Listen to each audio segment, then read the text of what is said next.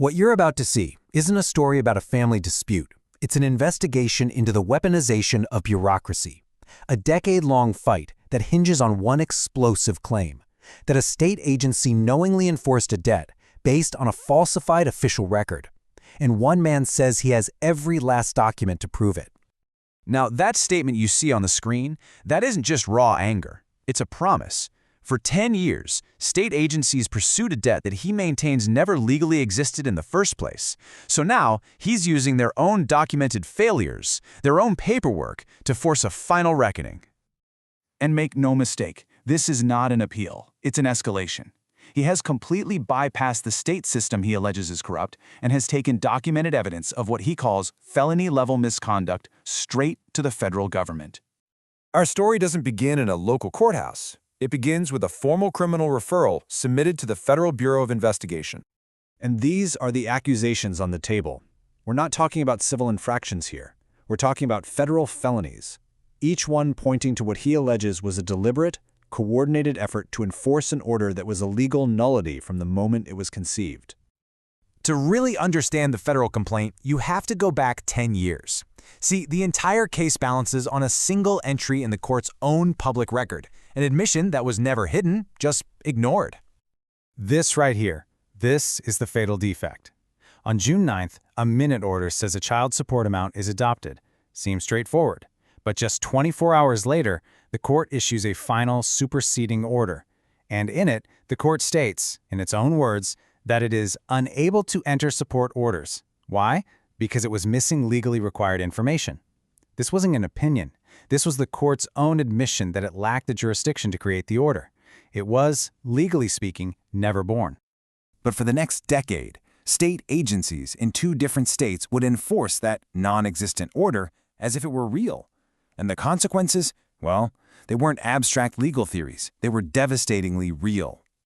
Over $173,000 seized through wage garnishments and other collection actions, all of it based on an order the court itself admitted it did not have the power to enter. The enforcement actions didn't just drain a bank account. They led directly to financial ruin and to this number, 527 documented days of homelessness. A straight line from an administrative action to profound human suffering. 3 separate times his driver's license was suspended while he was indigent. This is a direct violation of the Supreme Court precedent in a case called Turner versus Rogers, which says you can't do that without a hearing to see if someone can't pay versus just won't pay. That hearing, it never happened. So for 7 years, that fatal defect from 2015 just sat there, right in the court file. But then, in 2022, just as agencies were gearing up for a new action, something very strange appeared in the record. An entry that looks a lot less like a correction and a lot more like a cover-up. Is titled Child Support Order First? But look at it. Every critical piece of information is missing. There's no filing ID, no authorizer, no filing party. It's an administrative nullity. It has no traceable origin. It claims to be a judicial record, but it's missing all the required hallmarks of one. And that brings us to the central question of the federal criminal referral.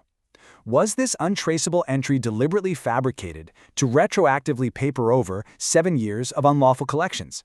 Was this a documented attempt to hide the fatal defect from 2015? When you're facing that kind of institutional wall, the fight has to change.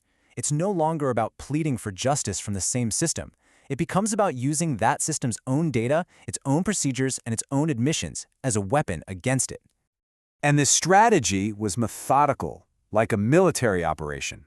First, isolate that fatal flaw, the court's own admission on June 10th. Next, quantify every bit of harm. Then, weaponize their own contradictory records against them.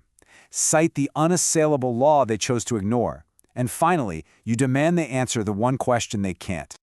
Now, this right here is the legal key that unlocks the whole thing. A void judgment isn't just a mistake. It's a legal nothing. It never existed, and crucially, it can be challenged at any time. All the typical arguments about missed deadlines and statutes of limitation, they just go away.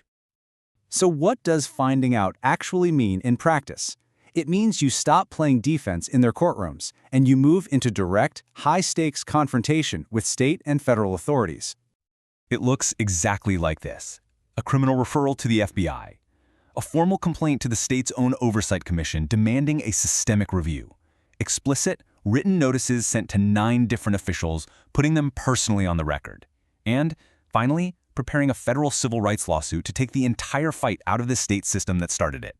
And in the end, it all comes down to this one simple question, a question that 9 state officials and the court itself have so far refused to answer. If a decade of enforcement was legal, there has to be a valid, signed order from 2015. This motion demands they produce it.